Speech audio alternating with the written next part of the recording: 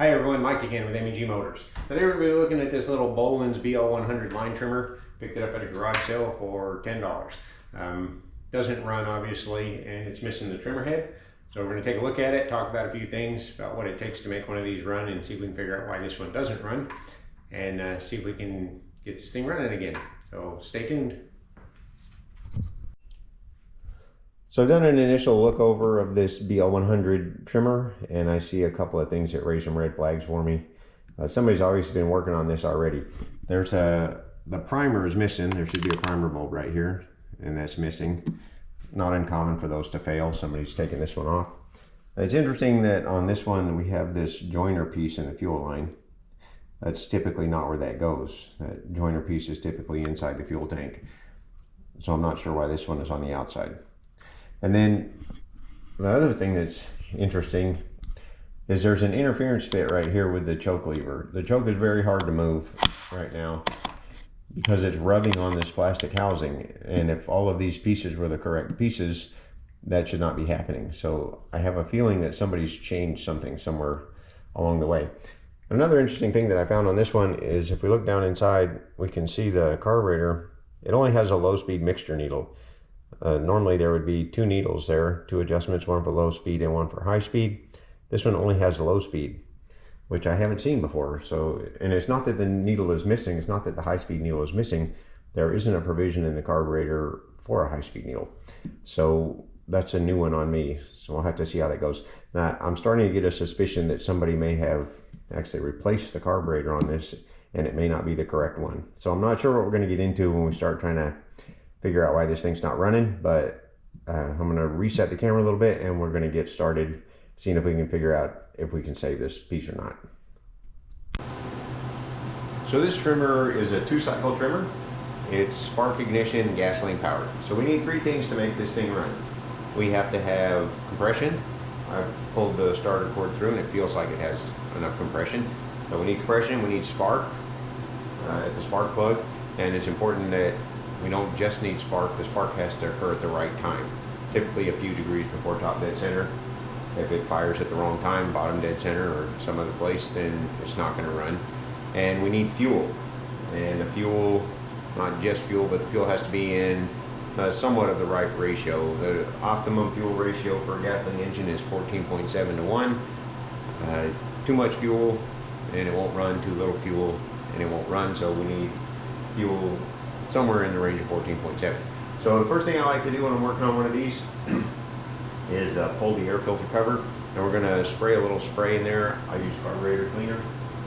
You could spray some gasoline in there, carburetor cleaner, or they make starter fluid, obviously, anything that you can spray in there. And we're going to see if we can get it to at least attempt to run, which will tell us if some of those things that we need are present in this engine. So I'm going to pop the air filter cover off of this guy right quick.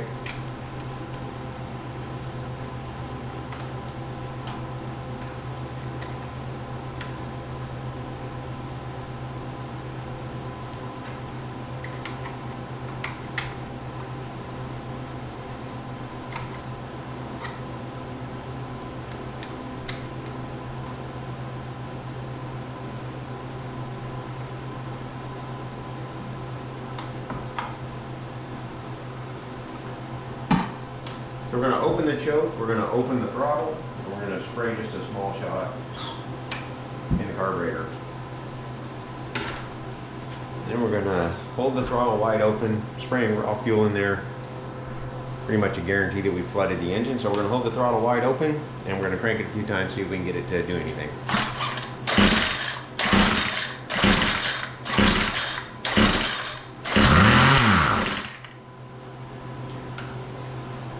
Alright, so we heard it fire off on spray, which is a good sign. So that confirms that we have spark and that it's sparking at the right time, and we have enough compression to make it run. So we're obviously dealing with a fuel problem on this trimmer. So we're going to reset the camera a little bit. We're going to put a primer back on this. We're going to replace these fuel lines. We're going to go through the carburetor, make sure everything's okay in there, and we're going to see if we can make this thing run. So let me reset the camera. The first thing we're going to do is pull the carburetor off of this trimmer and go through it and see if we see anything inside that gives us cause for concern. 2 screws, a throttle cable, and 2 fuel lines. This fuel line's already disconnected. That should come off pretty easy.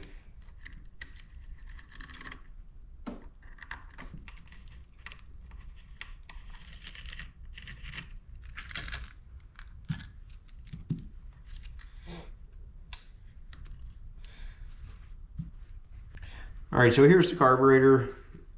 It's a Walbro. There's 2 main manufacturers of these kind of carburetors, a Walbro and a Zama. It's a diaphragm type carburetor, and they're actually pretty ingenious little devices here. There's a fuel pump on one side and a metering chamber on the other side. This carburetor uses a diaphragm system instead of a float like a normal carburetor would use, because it has to be able to operate in any configuration, upside down, sideways, however we want to use it. So we're going to take this one apart, and we'll talk a little bit about the parts and what they do, and see if we can see if there's an issue with this one. So first thing we're going to do is we're going to pop this side open. Let me take this cover off. So this is the fuel pump side of the carburetor. This diaphragm, this part right here, moves back and forth with pulses from the crankcase from the engine. There's a passage through the front of the carburetor. This one right here is routed through the intake manifold down to the crankcase of the engine, and as the engine runs, it will create a pulse in the crankcase, and that's transferred up here to this diaphragm. So this diaphragm right here will vibrate back and forth, and when it does, these 2 little pieces right here are one-way valves that work on these passages in the carburetor. So as the diaphragm vibrates, it will pull fuel through this orifice and through this tube to pull fuel out of the fuel tank. And the fuel is stored here on top of this section right here, which is a small filter that connects the fuel pump side to the metering chamber side. I don't see any real issues on this side. Sometimes when the engines are run without fuel filters in the tank, as is the case on this one, this little screen will get plugged up, and then the engine won't run. This one doesn't look plugged up, but we're going to check it when we get the other side taken apart. So we're going to flip it over now, and we're going to open up the metering chamber side of this carburetor. See what's going on over there. This is where the most common problem occurs on these carburetors.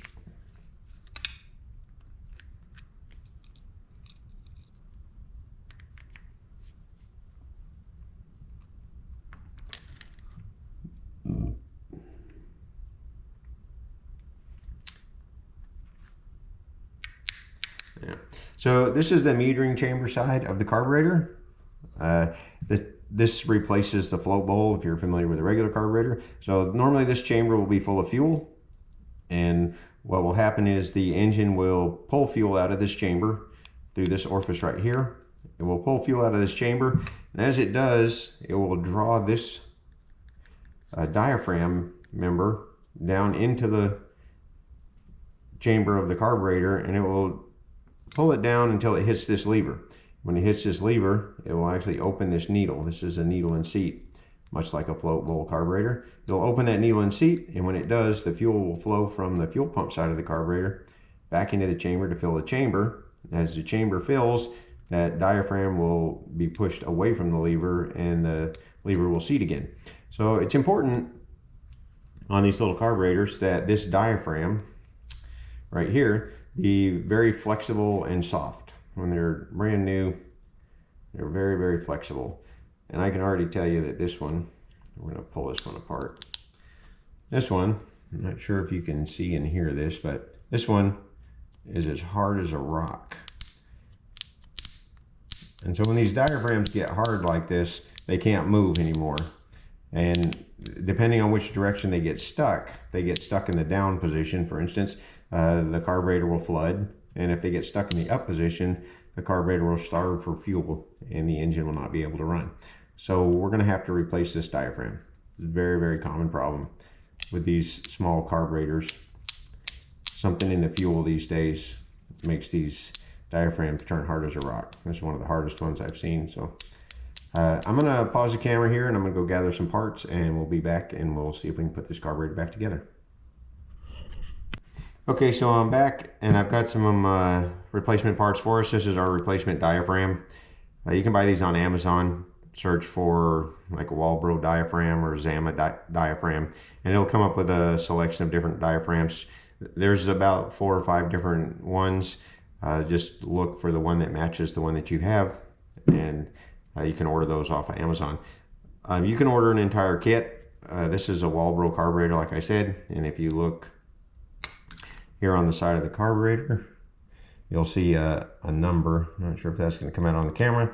There'll be a number on the carburetor, and you can search for that and buy a complete kit that's going to come with not only the diaphragm, but the fuel pump membranes and gaskets and a new needle and seat. You don't typically need those. This is really the only part that goes bad in most cases. So you can buy those individually for a couple dollars, or you can buy a whole kit. So we're going to do a little more disassembly. We're going to take the needle and seat out of this carburetor just to make sure it's clean. So we're going to take this little screw out right here. Be careful with this because there is a spring in there, and if that spring goes flying, it's very, very small and you probably never find it. So this is our needle. I don't know if you can see on this needle or not, but the end of it is kind of a silvery color, and it shouldn't be. That's tarnish that gets on there over time. So we're going to use a little carburetor cleaner and clean that. You want to be careful with the carburetor cleaner on these rubber parts. It can, in fact, cause them to swell a little bit. So I don't like to leave it on there very long, but we're going to clean this one off right quick. You can see all the stuff coming off of that needle. I like to run it back and forth a few times. And as soon as I think I have it clean, I'll dry it off to get that carburetor cleaner off of there. And hopefully you can see now that we have a nice black tip on that needle. That's what we want to see. So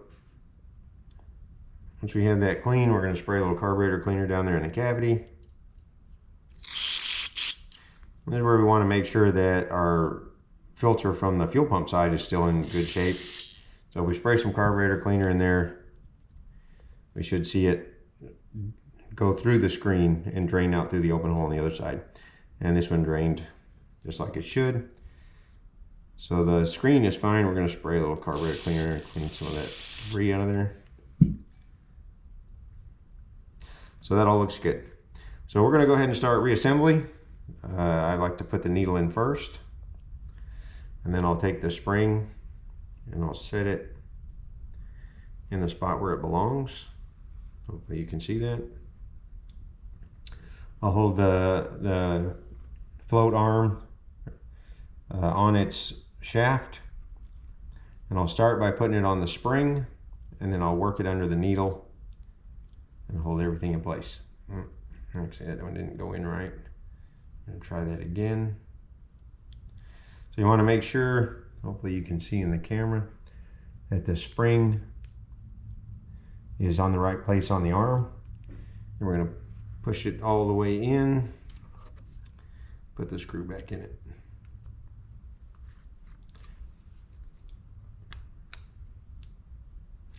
So the membrane being flexible is important, of course, but so is the height of this float arm. So when the diaphragm moves up and down, it needs to hit this arm and make it move to open and close the needle and seat. And so if it's not at the right height or the right level, that won't happen. So we have this special tool. This is the Walbro tool. And when we look at the carburetor number, this is a WT carburetor. And we look on the tool until we find WT. And we see WT right here. Hopefully you can see that. So when we find WT, we're going to hold this up against the carburetor and ensure that that part of the tool just touches the float arm. This one's actually a little bit low, so I'm going to reach in there and bend that up just a little bit. Then we're going to check again. There it is. So the tool is just touching the float arm. Hopefully you can see that.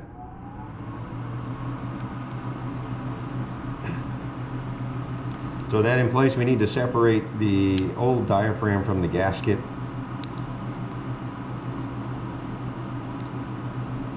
These usually come apart fairly easily.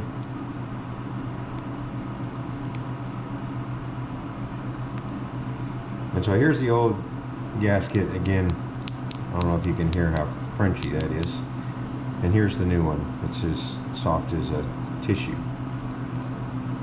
So we're going to put this back together. The gasket goes on first.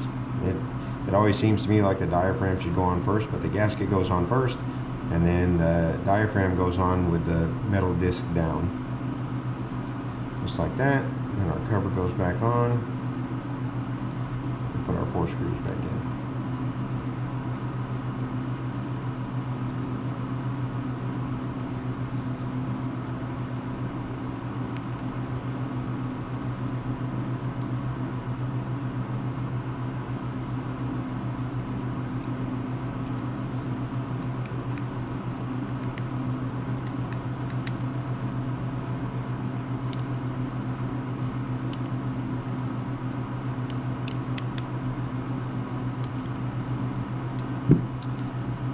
The fuel pump side of the carburetor, like I said, everything looked good over there.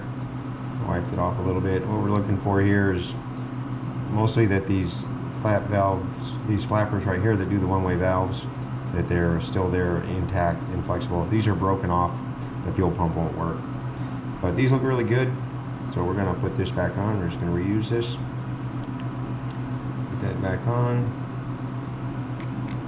Put the screw in. Down.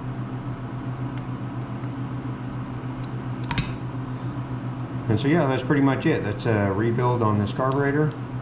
We're going to do a little work on fuel lines and put this carburetor back on and see if we can make this run. And you reset the camera and we'll be right back. We're going to work on putting some new fuel lines on this trimmer. There's going to be a total of 3 fuel lines on this trimmer because it has an external primer. So here's the external primer. A lot of times the primer is built onto the carburetor. In this case, this one is separate and external. It's got 2 fittings on it. Hope you can see those. It's got a short one and a long one. The short one is the intake and the long one is the discharge. So when you pump this primer, it will pull fuel into this side and push it out that side. And so we're going to have one fuel line that goes from the primer to the carburetor, one fuel line that goes from the primer to the fuel tank, and then one more fuel line that goes from the fuel tank pickup directly to the carburetor. So this primer just snaps in place. So I'm going to reach over here and just push this in place, and you should hear it snap. There it is, snapped in place. So the first line we're going to put on is going to go into this hole on the tank. It doesn't matter which hole you use for which line. We're going to put a fuel line in this line, and we're going to connect it to the discharge side of the primer. And so I've already cut a small piece of fuel line, and I cut a taper on one end. Sometimes it can be difficult to push these into place. Sometimes they go right in. I like to use a little bit of, this is actually bead lube for mounting tires. I'll lube up the fuel line a little bit, and then we'll just try to see if we can get it to work its way right in.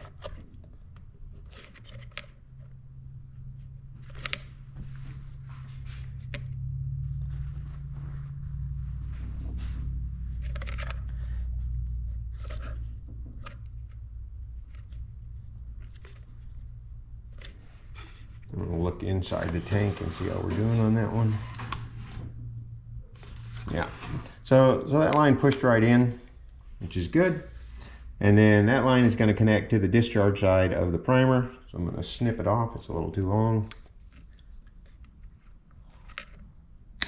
And we'll connect that right there.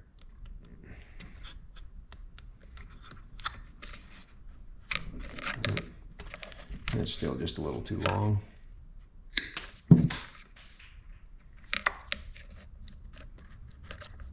There we go. So that's our discharge line into the fuel tank. So then we're going to take this line. This is going to be our fuel pickup line. We're going to pull this line out of the tank. This should have had a fuel filter on it. It looks something like this. This one didn't have one. Again, somebody was working on this one apparently, and they took this off and didn't put it back on. So we're going to put this is a weighted fuel pickup. We're going to put another weighted fuel pickup in there to keep clean fuel going to the carburetor. And we need to get another line installed in this side right here, and it needs to be long enough to go in the tank and support this filter. So for this next line, we're going to use a slightly different approach. Like I said, it can be difficult to push fuel line in through this hole, and in this case we need to put in a lot of extra line so we can put this weighted fuel pickup in there and have it free to move around inside the tank. Because it can be difficult to push that much line in through the tank, we're going to use a tool, this tool, which is specifically made for pulling lines into fuel tanks. We're going to use this tool, we're going to stick it in through this hole and get it back out through the opening in the top of the tank. So hopefully you can see that it's come back out right there. And then we're going to take our fuel line and we're going to poke it in the taper. We're going to poke it up onto that tool. It can take a little bit of trying sometimes.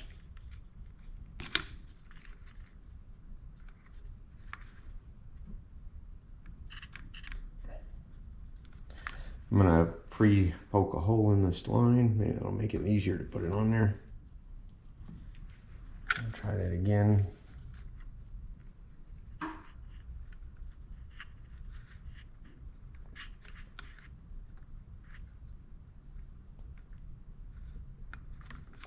There we go. So hopefully you can see how that line is attached to that pulling tool. We're going to lubricate the line again, just like we did before.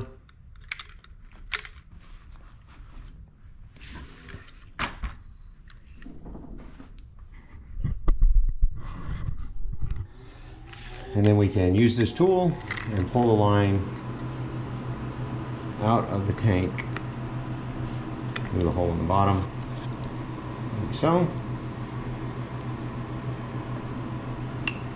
Disconnect our tool.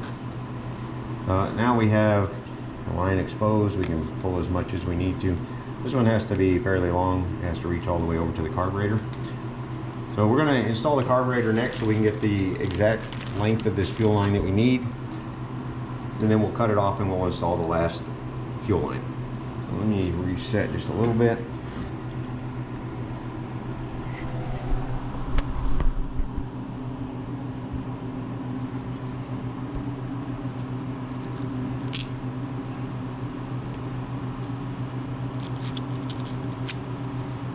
Okay, so we're gonna put our carburetor back on. First thing we're gonna do is hook our throttle cable to the throttle lever right there. Line up our screws.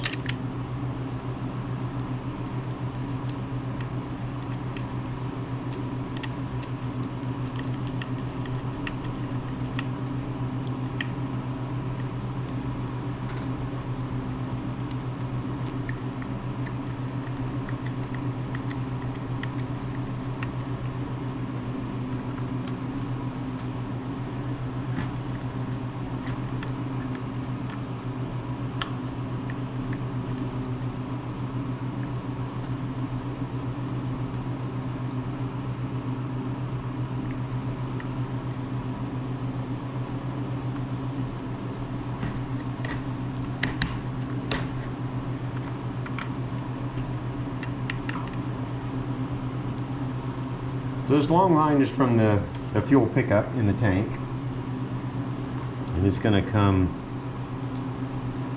with this opening down here,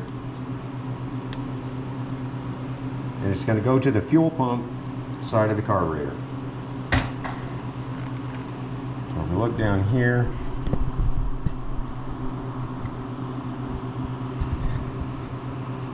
we can see this fitting right here, which goes to the fuel pump side of the carburetor.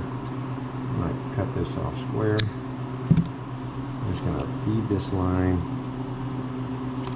down there and plug it on. Pull back our slack. And then we can pull our slack back out of our tank.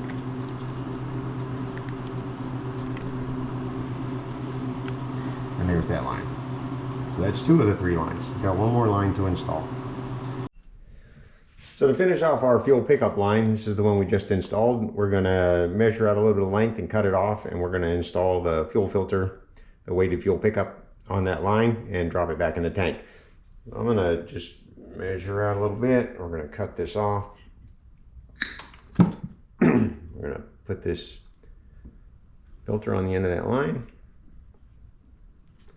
I'm going to push that down in the tank.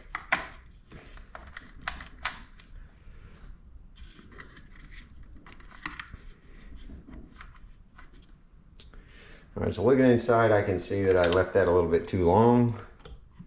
I'm going to cut some of that off. I'm going to try again.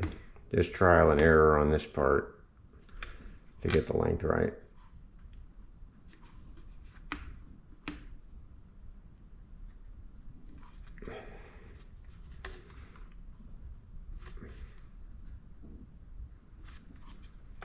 Push that back down inside. There we go. That looks good.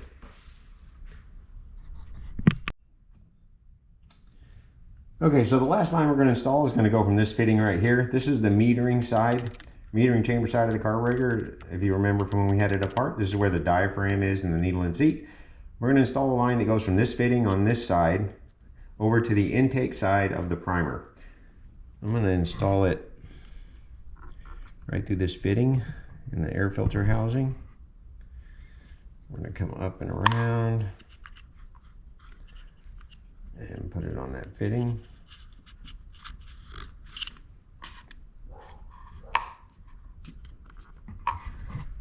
All right, and then the other side of that line, going to come around and go on the intake side of the primer. Again, I've got that line a little bit too long. I'm going to trim it off a little bit. I'm going to put it on right there.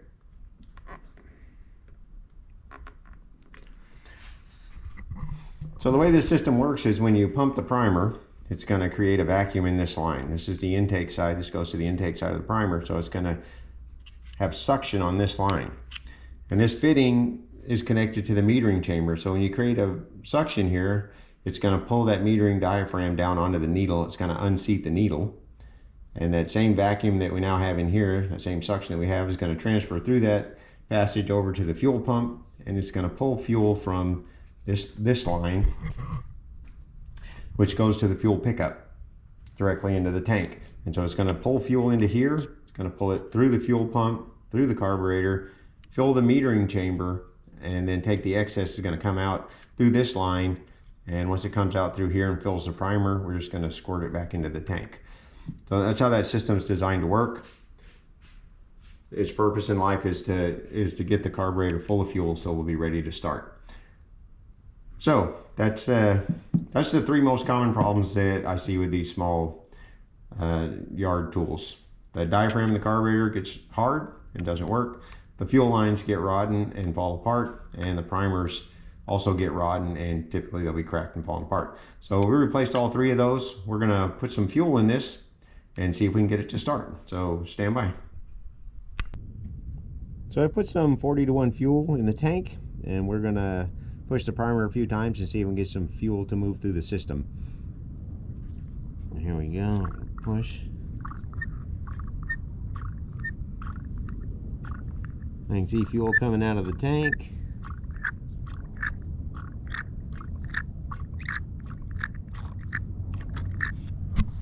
And hopefully we'll see it fill up this primer. There we go. We have fuel in the primer and fuel going through the lines, so we should have a metering chamber full of fuel. So we're ready to try a start. Let me reset the camera. We'll see if we can get this thing to fire up.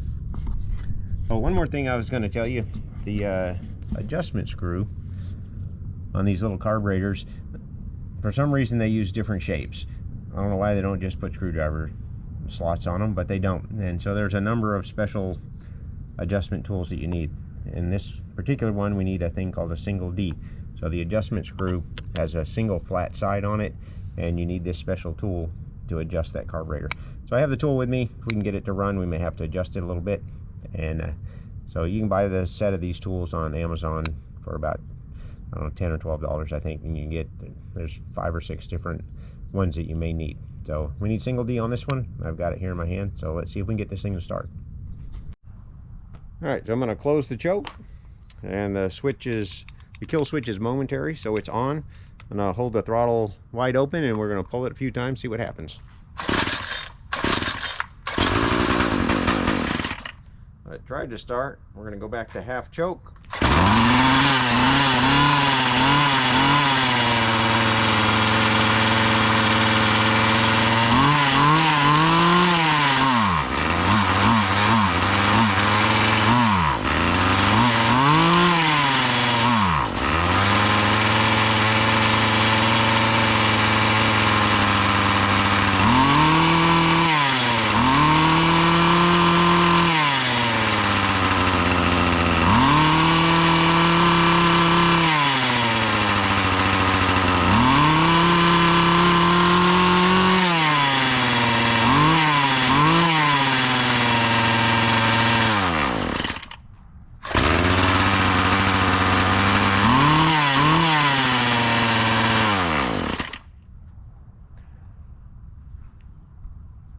So yeah, sounds like it's running fairly well.